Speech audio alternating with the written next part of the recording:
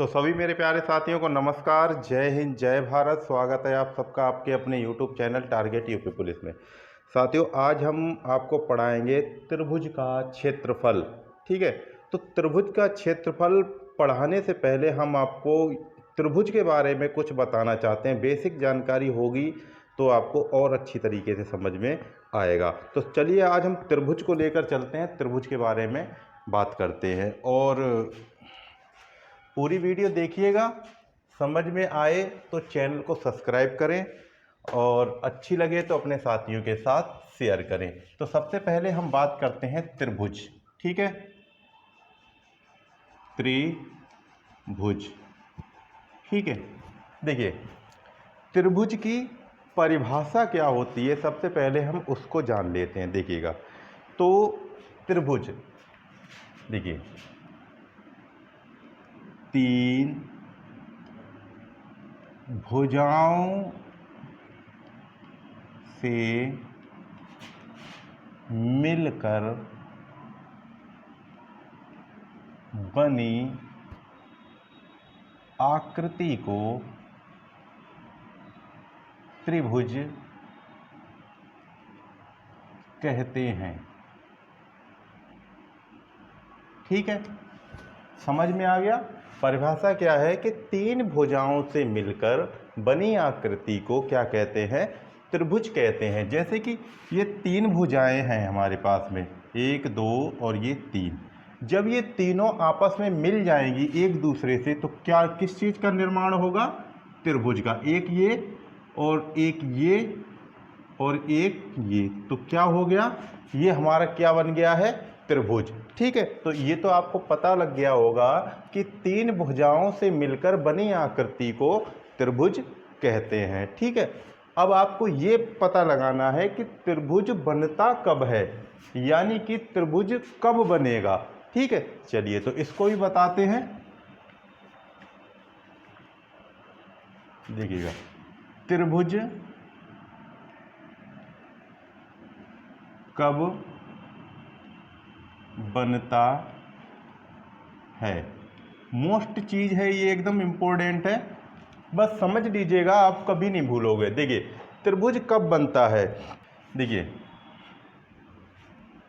जब 2 भुजाओं का योग तीसरी भुजा से अधिक हो। समझ में आया, यानी कि त्रिभुज कब बनता है, त्रिभुज जब बनेगा जब 2 भुजाओं का योग तीसरी भुजा से अधिक होगा। ठीक है, इसको अगर ये याद ना रहे तो ये कर लीजिएगा। देखिए एक तो ये है और दूसरी बात इसकी ये है, कब बनेगा, जब 2 भुजाओं का अंतर तीसरी भुजा से कम होगा। ठीक है, समझ में आ रहा है इतना। देखिएगा त्रिभुज कब बनता है, तो हमने इसके 2 कारण आपको बता दिए हैं। बात एक ही है, चाहे इसको फॉलो कर लो तब भी आपका आंसर सही आएगा, इसको फॉलो करोगे जब भी आपका आंसर ठीक ही आएगा। क्योंकि जब 2 भुजाओं का योग तीसरी भुजा से अधिक हो तब क्या बनेगा, त्रिभुज बनेगा। या फिर जब 2 भुजाओं का अंतर तीसरी भुजा से कम हो तब क्या बनेगा, त्रिभुज बनेगा। ठीक है, जैसे कि हमने ले ली, जैसे कि 3 भुजाएं हैं हमारे पास, देखिएगा 3 सेंटीमीटर की, ठीक, और 4 सेंटीमीटर और ये 5 सेंटीमीटर, 3 भुजाएं हैं हमारे पास में। तो क्या इनसे त्रिभुज बन सकता है, देखिएगा इधर देखिए। अब आप कहोगे भुजाएं क्या है, तो ये भुजाएं होती, ये 3 सेंटीमीटर, ये 4 सेंटीमीटर और ये 5 सेंटीमीटर। नाम दे दीजिएगा ए, बी और सी। ठीक है, तो क्या है, ए और बी कितनी है 3 सेंटीमीटर, बी और सी कितना है 5 सेंटीमीटर और ए और सी कितना है 4 सेंटीमीटर। क्या इनसे त्रिभुज का निर्माण हो सकता है?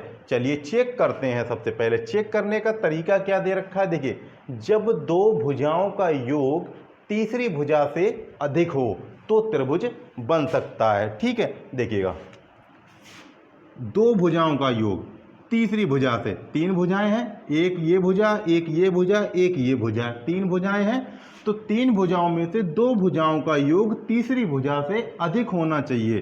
ठीक है, तो चलिए जोड़ लेते हैं। देखिए 3 और 4 कितना हो गया 7, 7 हो गया, 7 हमारा 5 से ज़्यादा है। ठीक है, तो यानी कि एक बात तो हमारी सही हो गई है। चलिए दूसरी देखते हैं, 4 और 5 कितना हो गया 9। ठीक है, तीनों को जोड़कर देखना है, ऐसा नहीं है कि आपने जोड़ लिया 3 और 4 बस काम हो गया, नहीं, सबको करना। देखिएगा करने, देखिए शुरू से बताते हैं। देखिए 3 और 4, पहली भुजा क्या है 3 और जे क्या है 4 और तीसरी क्या है 5, तो 2 भुजाओं का योग तीसरी भुजा से अधिक होना चाहिए। तो 2 भुजाएं ले लेते हैं, 3 और 4।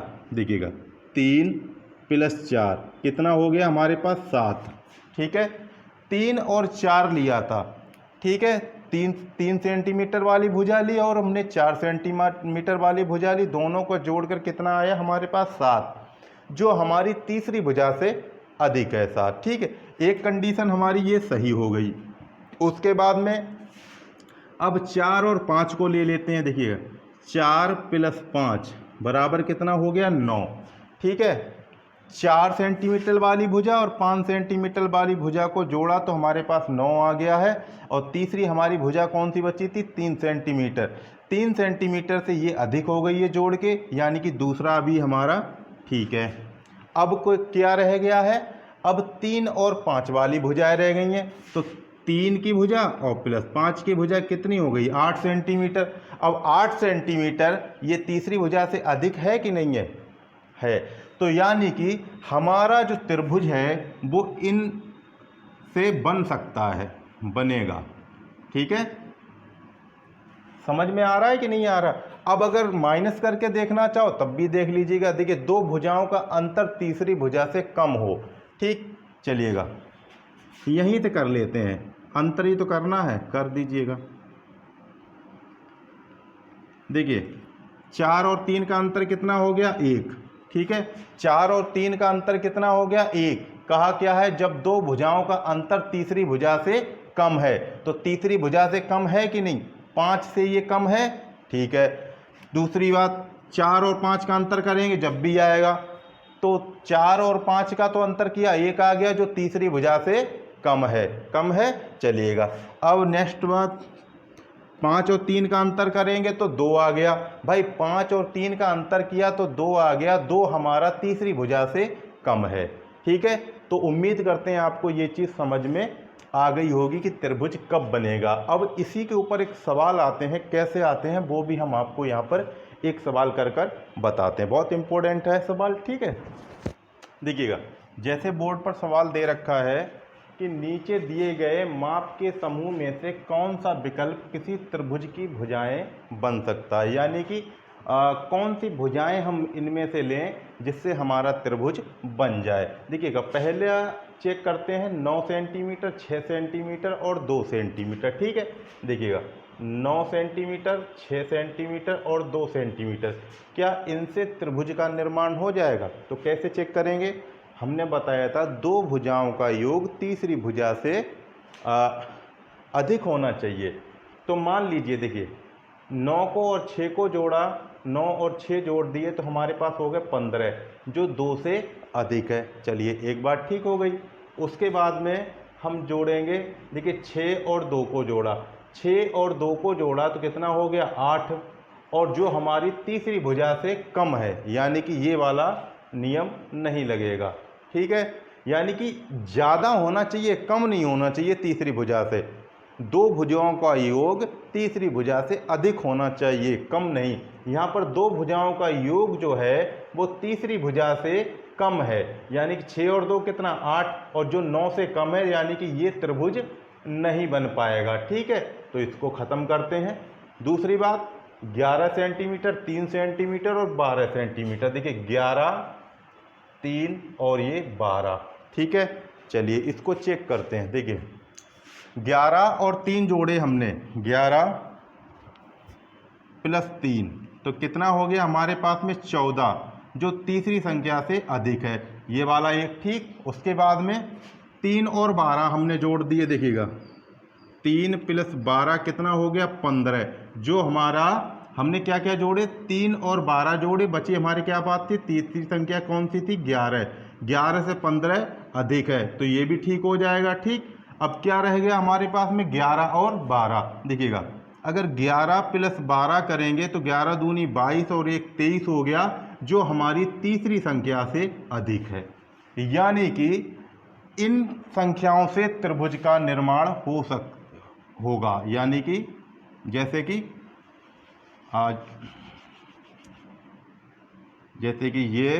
ये और ये। ठीक है, ये 11, ये 12 और ये 3 सेंटीमीटर, इस तरीके से त्रिभुज बन सकता है। ठीक है, तो ऑप्शन बी हमारा क्या है सही। अब इसको चेक कर लेते हैं। देखिएगा 3 और 5 कितना होता है 8। ठीक है, लेकिन कहा क्या है दो भुजाओं का योग तीसरी भुजा से अधिक होना चाहिए, तो 3 और 5 8 और 8 बची है बाकी की भुजा, तो ये भी नहीं होगा क्योंकि बराबर हो गई है, अधिक नहीं हुई है। 5 सेंटीमीटर और 7 सेंटीमीटर को जोड़ोगे तो कितना हो जाएगा 7 5 12, जो तीसरी भुजा से कम है, तो ये भी नहीं होगा। ठीक, समझ में आया। तो कभी कभी इस तरीके के भी सवाल पूछ लिए जाते हैं। चलिएगा अब चलते हैं, त्रिभुज के प्रकार बताते हैं कितने होते हैं। चलिए तो स्क्रीनशॉट। चलिएगा तो अब बात करते हैं हम। देखिएगा त्रिभुज के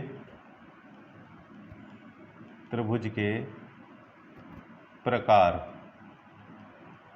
ठीक है, देखिए त्रिभुज के प्रकार क्या होता है। देखिए नंबर 1 भुजाओं के आधार पर। ठीक है, दूसरा क्या होता है कोणों के आधार पर।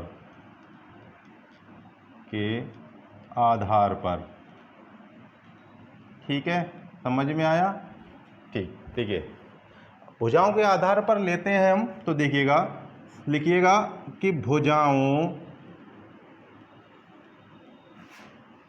के आधार पर त्रिभुज 3 प्रकार के होते हैं। कितने प्रकार के होते हैं 3 प्रकार के होते हैं। कौन कौन से होते हैं। देखिए नंबर 1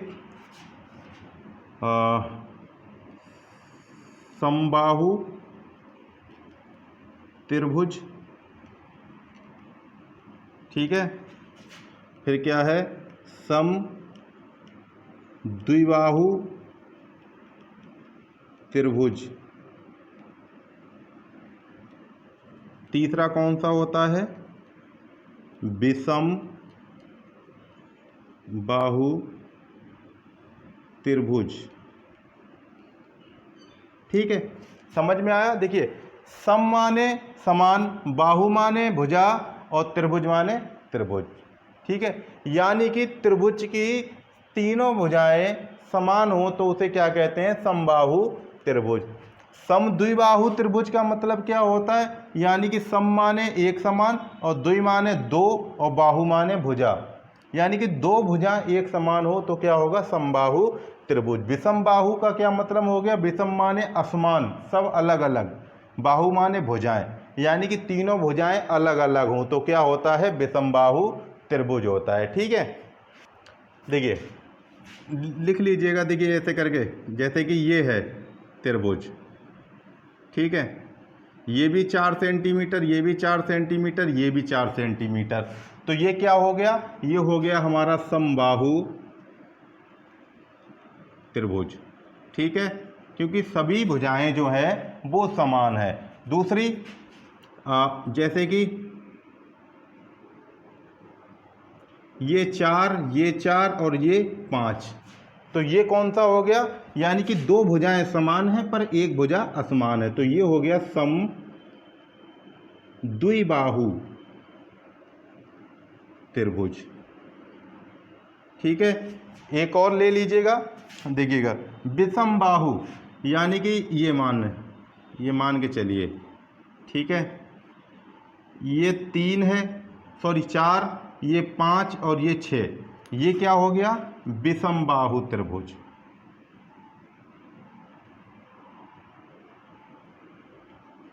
समझ में आ गया होगा आपको, उम्मीद करते हैं। ठीक है, यानी कि भुजाओं के आधार पर त्रिभुज 3 प्रकार के होते हैं, समबाहु त्रिभुज, समबाहु त्रिभुज, समद्विबाहु त्रिभुज और विषम बाहु त्रिभुज। समबाहु त्रिभुज की तीनों भुजाएं समान, और समद्विबाहु त्रिभुज की 2 भुजाएं समान और 1 भुजा असमान, और विषम बाहु त्रिभुज की तीनों भुजाएं असमान होती हैं, तो विषम बाहु त्रिभुज होता है। चलिएगा, अब ये भुजाओं के आधार पर हो गया है, अब चलते हैं कोणों के आधार पर लेकर।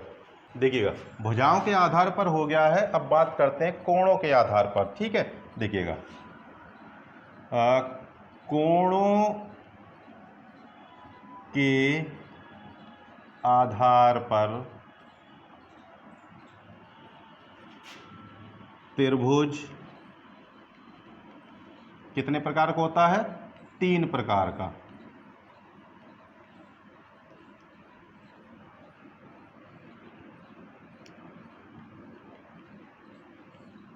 देखिए, भुजाओं के आधार पर भी 3 प्रकार के होते हैं और कोणों के आधार पर भी त्रिभुज 3 प्रकार के होते हैं। कौन कौन से होते हैं वो हम बता देते हैं। नंबर 1, न्यून कोण त्रिभुज, ऐसे करके बना दे रहा हूं। ठीक है, त्रिभुज ही लिख लो पूरा। दूसरा, समकोण त्रिभुज। तीसरा कौन सा होता है, अधिक कोण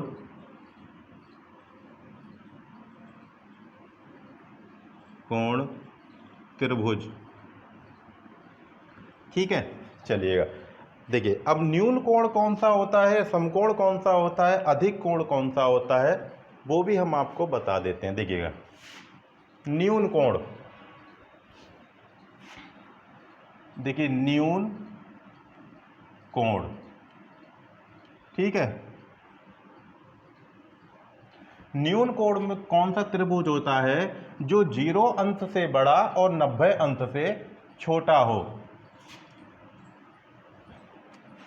त्रिभुज के तीनों कोण, ठीक है, 0 अंश से बड़े तथा 90 अंश से छोटे होते हैं। जैसे देखिएगा, ये है त्रिभुज। ठीक है, देखिए ये क्या होती हैं, बाहरी हिस्से ये होते हैं भुजाएं। समझ में आया, ये क्या होती हैं, भुजाएं। ठीक है, और कोण कैसे होते हैं, कोण होते हैं ये, एक ये कोण और ये कोण। इसमें क्या है न्यून कोण में, कि त्रिभुज के तीनों कोण 0 अंश से बड़े तथा 90 अंश से छोटे हों। जैसे कि ये 70 अंश का, ठीक है, ये 60 अंश का, ठीक, और ये कितना हो गया, 50 अंश का। ठीक है, तो ये कौन सा हो गया आपका न्यून कोण, क्योंकि 7 और 6 कितना हो गया, 13 और 5 18। देखिए एक चीज और लिख लीजिएगा, त्रिभुज के अंतः कोणों का योग 180 अंश होता है। ठीक है, यानी कि त्रिभुज के अंतः तीनों कोणों का योग कितना होगा? 180 अंश। अंतः मतलब क्या होता है? अंदर। ठीक है, ये अंदर है। ठीक, तो ये कितने का है? 70 का। तो 70 प्लस 60 प्लस 50। ठीक है, देखिए 0, 5 और 6 कितना हो गया? 11, 11 और 7 कितना हो गया? 180। ठीक है, अंश समझ में आया? तो ये क्या हो गया? ये है हमारा न्यून कोण, जिसके तीनों कोण 0 अंश से बड़े हैं और 90 अंश से छोटे हैं। तो ये क्या हो गया? हमारा न्यून कोण। और दूसरी बात, त्रिभुज के अंतः कोणों का योग कितना होता है? 180 अंश। ठीक है, अब जैसे कि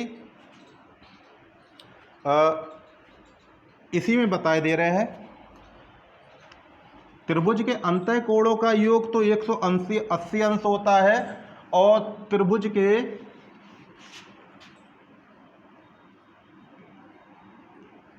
बाह्य कोणों का योग 360 अंश होता है। ठीक है, आप कहोगे बाह्य कोण कौन से हैं? तो देखिएगा, ये ऐसे करके गया। ठीक है, तो ये वाला कोण कौन सा हो गया? बाह्य कोण। समझ में आ रहा है? देखिएगा, ऐसा नहीं है कि तुमने यहां से इधर भी निकाल दिया और इधर भी निकाल दो तो गलत हो जाएगा। ठीक है, देखिए ये वाली भुजा इधर गई। ठीक है, तो एक कोण ये बन गया। ये वाली भुजा जो है ऐसे करके इधर निकल गई। ठीक है, समझ में आया? वाली भुजा इधर निकल गई। ठीक, समझ में आ रहा है कि नहीं आ रहा?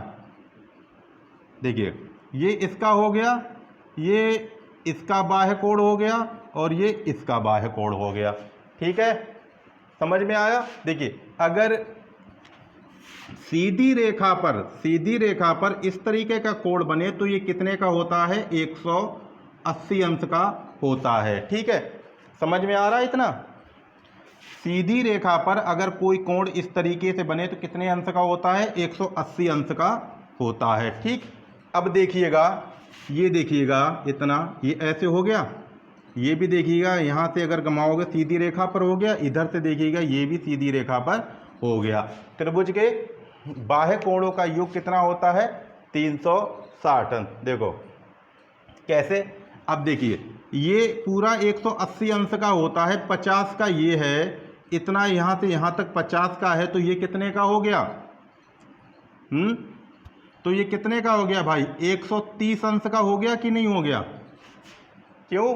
क्योंकि सीधी रेखा पर कोई कोण बनेगा तो वो 180 अंश का होता है। तो 180 अंश में 50 अंश का ये है इतना है और ये बचा कितना? 130 अंश, क्योंकि 130 और 50 जोड़ेंगे तो 180 होता है। ठीक है, इधर क्या है? इधर देखिए, ये देखिए यहाँ से यहाँ तक 60 अंश का है, तो ये कितने का हो गया? 120 अंश का। ठीक, समझ में आया? ये 70 का है तो ये कितने का हो गया? 110 का। अब इनको जोड़ लीजिएगा। देखिए 120 प्लस 130 प्लस 110 कितना हो जाएगा? देखिएगा 0, 1 और 3, 4 और 2, 6। ठीक है, 1, 1 और 1, 3, तो 360 हो गया कि नहीं हो गया? ठीक, समझ में आ गया? चलिए, देखिए न्यून कोण भी बता दिया हमने आपको, बाह्य कोणों का योग भी बता दिया और अंतः कोणों का योग भी हमने आपको बता दिया। ठीक है, न्यून कोण की परिभाषा ये लिखी हुई है, त्रिभुज के तीनों कोण 0 अंश से बड़े तथा 90 अंश से छोटे होते हैं। ठीक है, त्रिभुज के अंतः कोणों का योग 180 अंश होता है, त्रिभुज के बाह्य कोणों का योग 360 अंश होता है। अंतः कोण कहते हैं अंदर वालों को और बाह्य कोण कहेंगे जो बाहर की तरफ हो। ठीक है, ये समझ में आ गया? चलिए अब चलते हैं हम समकोण त्रिभुज की तरफ। अब बात करते हैं हम समकोण की। समकोण त्रिभुज, ठीक है,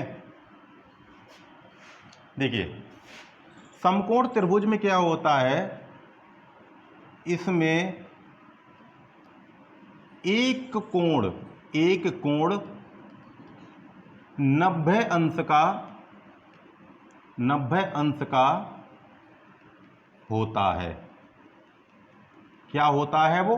समकोण त्रिभुज। कैसे करके देखिएगा, ये और ये वाला कितना हो गया, ये है हमारा 90 अंश। ठीक है, ठीक एकदम सीधी, फिर इस तरीके से और ये, ठीक। तो ये क्या हो गया हमारा समकोण त्रिभुज। जिन समकोण त्रिभुज में क्या होता है, ऐसा त्रिभुज जिसमें एक कोण 90 अंश का हो उसे समकोण त्रिभुज कहते हैं। ठीक है, अब देखिए एक चीज और इसी में देख लीजिए, इस कोण के सामने वाली भुजा को हम कहते हैं कर्ण। ठीक है, इसको नाम दे दीजिएगा ए, बी और सी। ठीक, कोण के सामने वाली भुजा को क्या कहेंगे? कर्ण। और इसको क्या कहेंगे? आधार। और इसको कहेंगे हम लंब। ठीक है, समझ में आया इतना? हाँ, तो ये क्या हो गया हमारा समकोण त्रिभुज। ठीक है, इसके बारे में हम चर्चा करेंगे बाद में। ठीक है, चलिएगा। तो ये हो गया हमारा समकोण त्रिभुज। अब बात करते हैं हम अधिक कोण त्रिभुज की। देखिएगा, अधिक कोण त्रिभुज, देखिए ये क्या चीज होता है। देखिए लिख लीजिएगा, ऐसा त्रिभुज, ठीक है, जिसका एक कोण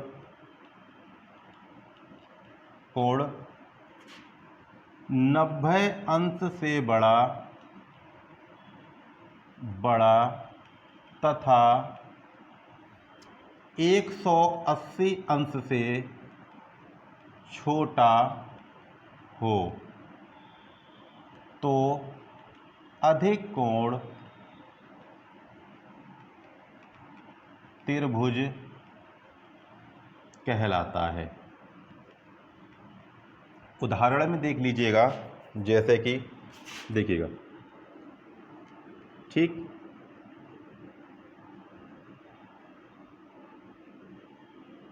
ठीक है, ये हमारा त्रिभुज है, ये हमारा 110 अंश का है।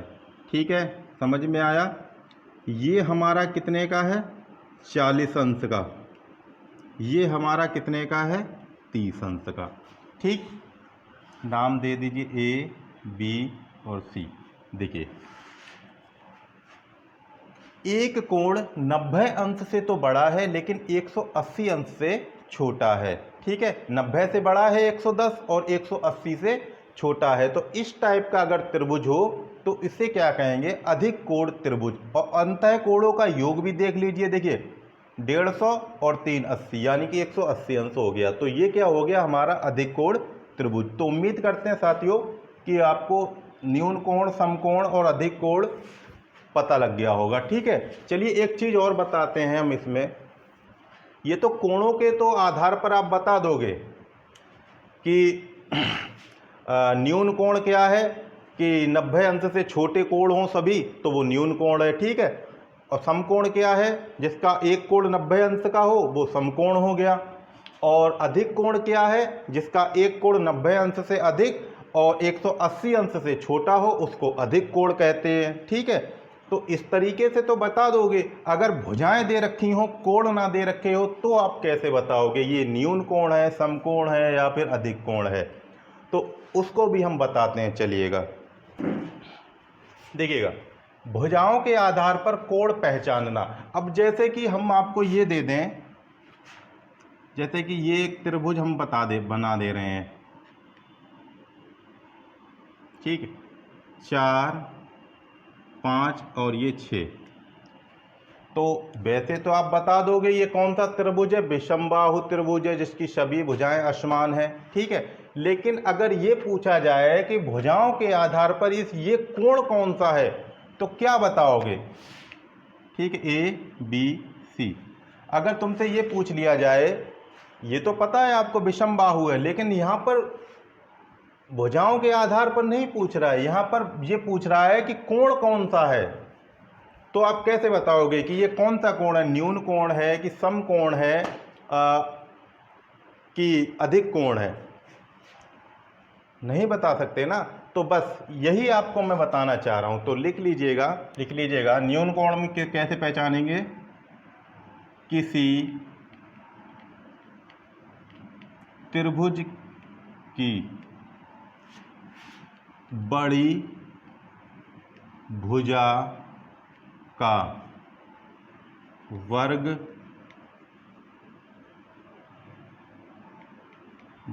अन्य भुजाओं के वर्ग के योगफल से छोटी होती है। ठीक, बस इतना आपको याद रखना है। न्यून कोण अगर इस तरीके से दे रखा हो, आपसे पूछा जाए ये कौन सा कोण है, तो आपको ये चीज़ देख लेना है कि किसी त्रिभुज की बड़ी भुजा का वर्ग अन्य भुजाओं के वर्ग के योगफल से छोटी होती हैं। देखिए बड़ी भुजा इसमें कौन सी है? 6। भाई ये 4 है, ये 5 है, ये 6 है। तो क्या कह रहा है? किसी त्रिभुज की बड़ी भुजा का वर्ग, बड़ी भुजा कौन सी है? 6। तो 6 का वर्ग करेंगे तो कितना हो जाएगा? 36। ठीक है। फिर क्या कहा है? अन्य भुजाओं के वर्ग के योगफल से, यानी कि अन्य भुजाएं कौन सी हैं? एक 5 रह गया, एक 4 रह गई। तो 5 का वर्ग कितना होता है? 25, और 4 का वर्ग कितना होता है? 16। इनको अन्य भुजाओं के योगफल, इनको जोड़ दीजिएगा। देखिए 6 और 5 कितना हो गया? 11। ठीक है। 3 और 1 कितना हो गया? 4, यानी कि 41 हो गया है। ठीक है। क्या कहा है? किसी त्रिभुज की बड़ी भुजा का वर्ग अन्य भुजाओं के वर्ग के योगफल से छोटी होती है। देखिए अन्य भुजाओं के वर्ग का योगफल कितना आ गया हमारा? 41। अब देखिए 41 बड़ा है और ये छोटा है, तो ये क्या हो गया हमारा? न्यून कोण हो गया है। समझ में आ गया इतना? चलिएगा, समझ में आ गया तो अच्छी बात है। अब हम बात करते हैं अधिक कोण की। देखिए अब बात करते हैं अधिक कोण की। तो अधिक कोण में कुछ नहीं होता है। देखिए करना क्या है हमको? देखिए अधिक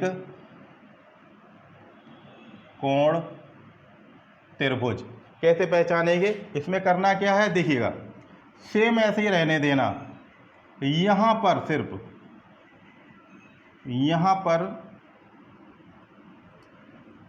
छोटे के जगह पे खाली बड़ा होता है। ठीक, बस इतना लिखना है खाली। बस न्यून कोण के ही समान होता है बिल्कुल, लेकिन यहाँ पर छोटा था, हमने बड़ा कर दिया। जैसे कि देखिए एक त्रिभुज ले लिया हमने, ये 4, ये 5 और ये 7। ठीक है। देखिए किसी त्रिभुज की बड़ी भुजा का वर्ग अन्य भुजाओं के वर्ग के योगफल से बड़ा होता है, तो वो क्या होता है? अधिक कोण होता है। देखिए बड़ी भुजा कौन सी है हमारी? 7। 7 का वर्ग कितना हो गया? 49। ठीक है। अन्य दो भुजाएं यानी कि 4 का वर्ग कितना? 16, और 5 का वर्ग कितना? 25। ये कितना हो गया? 41। ठीक है। क्या कहा है कि किसी त्रिभुज की बड़ी भुजा का वर्ग अन्य भुजाओं के वर्ग के योगफल से बड़ा होता है। तो 49 इससे बड़ा है कि नहीं है? बड़ा है। तो ये कौन सा कोण हो गया हमारा? अधिक कोण। समझ में आ गया? चलिएगा अब बात करते हैं हम समकोण की। अब बात करते हैं हम समकोण की। समकोण त्रिभुज कैसे पहचानेंगे? भुजाओं के आधार पर। देखिएगा, देखिए बड़ी भुजा का वर्ग अन्य दो भुजाओं के वर्गों के योगफल के बराबर हो। ठीक है, समझ में आया? यानी कि समकोण त्रिभुज कब पता पड़ेगा आपको कि बड़ी भुजा का वर्ग अन्य दो भुजाओं के वर्गों के योगफल के बराबर हो। जैसे कि देखिएगा 3, 4 और ये 5, ठीक है। ठीक, अब देखिएगा बड़ी भुजा कौन सी है हमारी 5, तो 5 का वर्ग कितना होता है 25, ठीक है। ठीक, क्या कहा है बड़ी भुजा का वर्ग, बड़ी भुजा का वर्ग, बड़ी भुजा कौन सी हमारी 5, तो बड़ी भुजा का वर्ग कितना 25, अन्य दो भुजाओं के वर्गों के योगफल के बराबर हो। इसका वर्ग कितना है 3 का वर्ग कितना होता है 9, 4 का वर्ग कितना होता है 16, 9 और 16 को जोड़ोगे तो कितना हो जाएगा 25। समझ में आया इतना? तो ये दोनों क्या है बराबर हैं, तो ये कौन सा हो गया, यानी कि समकोण त्रिभुज। तो उम्मीद करते हैं साथियों आज का पढ़ाया हुआ आप लोगों को अच्छा लगा होगा। अगर अच्छा लगा हो तो चैनल को सब्सक्राइब करें, लाइक करें, कमेंट कर हमें बताएं। और तो अभी तो खाली शुरुआत है, तो मिलते हैं अपनी नेक्स्ट क्लास में। तब तक के लिए नमस्कार, जय हिंद, जय भारत।